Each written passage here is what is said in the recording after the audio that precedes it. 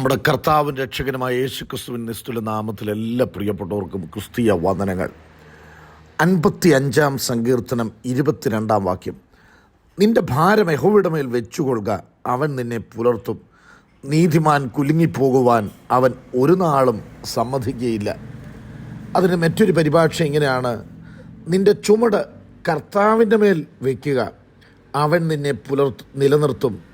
ധർമ്മിഷ്ഠന് ഇളക്കമുണ്ടാകാൻ അവൻ ഒരിക്കലും സമ്മതിക്കുകയില്ല.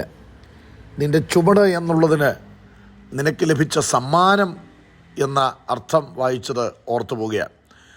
ദാവീദ് സ്വന്തം മകനായ അബ്ശാലോമിനാൽ പലായനം ചെയ്യപ്പെടേണ്ടതായി വരികയാണ്.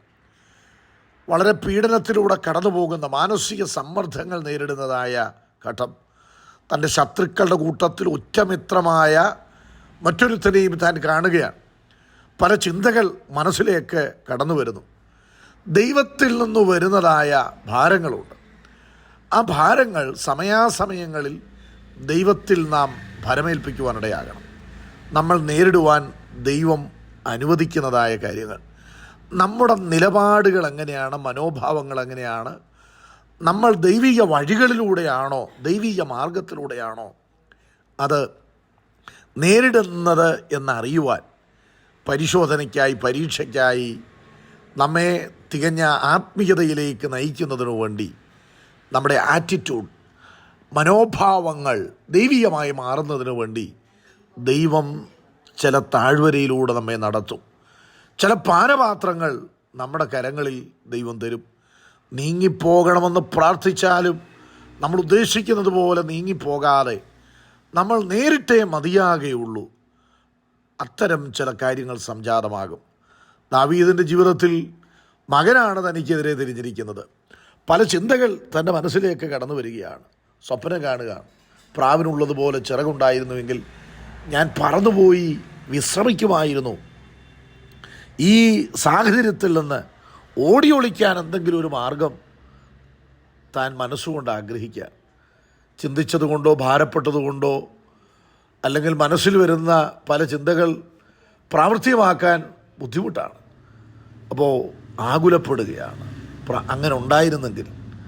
മറ്റൊന്ന്, ഞാനിതെല്ലാം നേരിടുന്നതിന് കാരണം ഇന്ന വ്യക്തികളാണ് എന്നുള്ള ചിന്തയിൽ പക ഹൃദയത്തിലേക്ക് വരാൻ സാധ്യതയുണ്ട്. നമ്മുടെയും ജീവിതത്തിൽ വ്യക്തികൾ വിരോധികളാകുമ്പോൾ, ശത്രുക്കളാകുമ്പോൾ, മിത്രങ്ങൾ ശത്രുക്കളുടെ പക്ഷത്ത് നിന്ന് നമ്മെ തേജോവധം ചെയ്യാനും ഇല്ലാതാക്കാനും നേതൃത്വം കൊടുക്കുമ്പോൾ, പ്രത്യക്ഷത്തിലുള്ളതിനേക്കാൾ പരോക്ഷമായി പിന്നാമ്പുറത്തിലിരുന്നുകൊണ്ട് പല കാര്യങ്ങൾ കരുക്കൾ നീക്കുമ്പോൾ നമുക്ക് പലരോടും പക വരാം, ദേഷ്യം വരാം, നീരസങ്ങൾ വരാം, കയ്പ് വരാം. എന്നാൽ ഇതൊന്നും വിഷയത്തിന് യഥാർത്ഥ പരിഹാരം ഉണ്ടാക്കി തരുന്നില്ല. സമയാസമയങ്ങളിൽ നമ്മുടെ ഭാരങ്ങൾ നാം ദൈവസന്നിധിയിൽ ഇറക്കി വയ്ക്കുവാനിടയാകണം. ഒരു പ്രഭാഷകൻ ഒരു ഗ്ലാസ് വെള്ളമെടുത്തിട്ട് കേൾവിക്കാരോടായി ചോദിച്ചു, ഈ ഗ്ലാസ്സിലെ വെള്ളത്തിന് എത്രയും ഭാരമുണ്ട്? 50 ഗ്രാം, 100 ഗ്രാം എന്നൊക്കെ പലരും പല അഭിപ്രായങ്ങൾ പറഞ്ഞു. അദ്ദേഹം ഒരു ശ്രോതാവിനെ അരികിലേക്ക് വിളിച്ച് ആ വെള്ളം അദ്ദേഹത്തിൻ്റെ കരങ്ങളിൽ ഗ്ലാസ്സോടെ കൊടുക്കുകയാണ്. കൊടുക്കുമ്പോൾ ആ വ്യക്തിയോട് ചോദിച്ചു, ഇതിനിപ്പോൾ ഭാരമുണ്ടോ? അദ്ദേഹം പറഞ്ഞു, ഭാരമില്ല. അദ്ദേഹം പ്രസംഗം തുടർന്നുകൊണ്ടേയിരുന്നു. കുറച്ച് കഴിഞ്ഞപ്പോൾ ആ ഗ്ലാസ്സിലെ വെള്ളം ചുമന്ന വ്യക്തിയോട് ചോദിച്ചു, ഇപ്പോൾ ഭാരമുണ്ടോ? ഉണ്ട്. പ്രസംഗം തുടർന്നുകൊണ്ടേയിരിക്കുക. അവസാനമായിട്ട് ആ ഗ്ലാസ്സിൽ വെള്ളം വഹിക്കുന്ന ആ വ്യക്തി, ആ ഗ്ലാസ്സോടെ ചുമക്കുന്ന വ്യക്തി പറയുകയാണ്, എനിക്കിത് ഭാരമായിട്ട് തോന്നുന്നു, എനിക്കിത് താങ്ങാൻ കഴിയുന്നില്ല, എൻ്റെ കൈ കഴയ്ക്കുന്നു. എന്താ സംഭവിച്ചത്? ഭാരം നമ്മുടെ കരങ്ങളിൽ ഇരിക്കും തോറും അത് നമ്മെ കുഴച്ചുകൊണ്ടിരിക്കും, വലച്ചുകൊണ്ടേയിരിക്കും. അതുകൊണ്ട് ബൈബിൾ പറയുകയാണ്, ഭാരം ദൈവത്തിൻ്റെ മേൽ വലിച്ചെറിയുക. വലിച്ചെറിയുക എന്നുള്ള അർത്ഥമാണ് അവിടെ കൊടുത്തിരിക്കുന്നത്. നമ്മൾ ഇന്ന് നേരിടുന്ന എല്ലാ കാര്യങ്ങൾ എല്ലാം ദൈവസന്നിധിയിൽ ഇറക്കി വെക്കണം, വലിച്ചെറിയണം. നമ്മുടെ ഭാരം വയ്ക്കാനുള്ള ഇടമാണ് കർത്താവിൻ്റെ സന്നിധി. കർത്താവിനോട് തുറന്നു പറയണം. നമ്മൾ പാടാറുള്ളൊരു പാട്ടുണ്ട്, എന്തു നല്ലോർ സഖി യേശു പാപദുഃഖം വഹിക്കും. എന്തുകൊണ്ടാണ് ഞാൻ കഷ്ടങ്ങളും ദുഃഖങ്ങളും അനുഭവിക്കേണ്ടി വരുന്നത്? എല്ലാം യേശുവോട് ചെന്ന് ചൊല്ലായിക നിമിത്തം. ചിലർ ജീവിതത്തിൽ ഭാരങ്ങളൊക്കെ വരുമ്പോൾ ദൈവത്തോട് തന്നെ അങ്ങ് നീരസം കാണിക്കുന്നവരുണ്ട്. പ്രാർത്ഥനയിലും വചനധ്യാനത്തിലും ദൈവത്തിൽ നിന്ന് അകന്നു പോകുന്നവർ, പ്രാർത്ഥിച്ചിട്ടൊന്നും കാര്യമില്ല എന്നുള്ളൊരു മനോഭാവം, ഒരു തണുത്ത പ്രകൃതി ഉണ്ടാകുകയാണ്.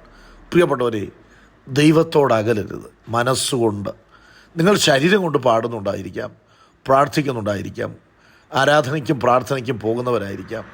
എന്നാൽ മനസ്സുകൊണ്ട് ഇഴയടുപ്പമുള്ളൊരു ബന്ധം ദൈവത്തിങ്കിലേക്ക് ഉണ്ടാകുന്നില്ല എങ്കിൽ നമ്മുടെ ഭാരങ്ങൾ നാം തന്നെ ചുമക്കും, അത് നമ്മെ താഴ്ത്തിക്കളയും. അതുകൊണ്ട് ഈ പ്രഭാത സമയത്ത് ഭാരം എന്തു തന്നെ ആയിക്കൊള്ളട്ടെ, കുടുംബത്തിനകത്തോ സഭയ്ക്കകത്തോ നിങ്ങളുടെ വ്യക്തിപരമായ ജോലിയിലോ എവിടെ നിങ്ങൾ അനുഭവിക്കുന്ന ഭാരമായാലും ഉള്ളു തുറന്ന് ഒരു 5 മിനിറ്റ് ദൈവസന്നിധിയിലേക്ക് അതൊന്ന് ഇറക്കി വെക്ക്. ഭാരം കർത്താവ് ഏറ്റെടുക്കും. നീതിമാൻ വ്യതിചലിക്കാൻ, ദൈവീയ വഴിയിൽ നിന്ന് വ്യതിചലിക്കാൻ ദൈവം ഒരു നാളും സമ്മതിക്കത്തില്ല. നമ്മളെ വ്യതിചലിപ്പിക്കുന്നതിന് വേണ്ടി, നമ്മെ പ്രതികരിപ്പിക്കുന്നതിന് വേണ്ടി, നമ്മെ ദൈവികമല്ലാത്ത മാർഗത്തിലേക്ക് കൊണ്ടുപോകുന്നതിന് വേണ്ടി തിക്കിത്തിരക്കുന്ന ഇത്തരം കാര്യങ്ങളെ ദൈവസന്നിധിയിൽ അർപ്പിക്കാം. ഭാരം കർത്താവിന് മേലേൽപ്പിക്കാം. ഈ വചനങ്ങളാൽ ദൈവം നമ്മെ അനുഗ്രഹിക്കട്ടെ.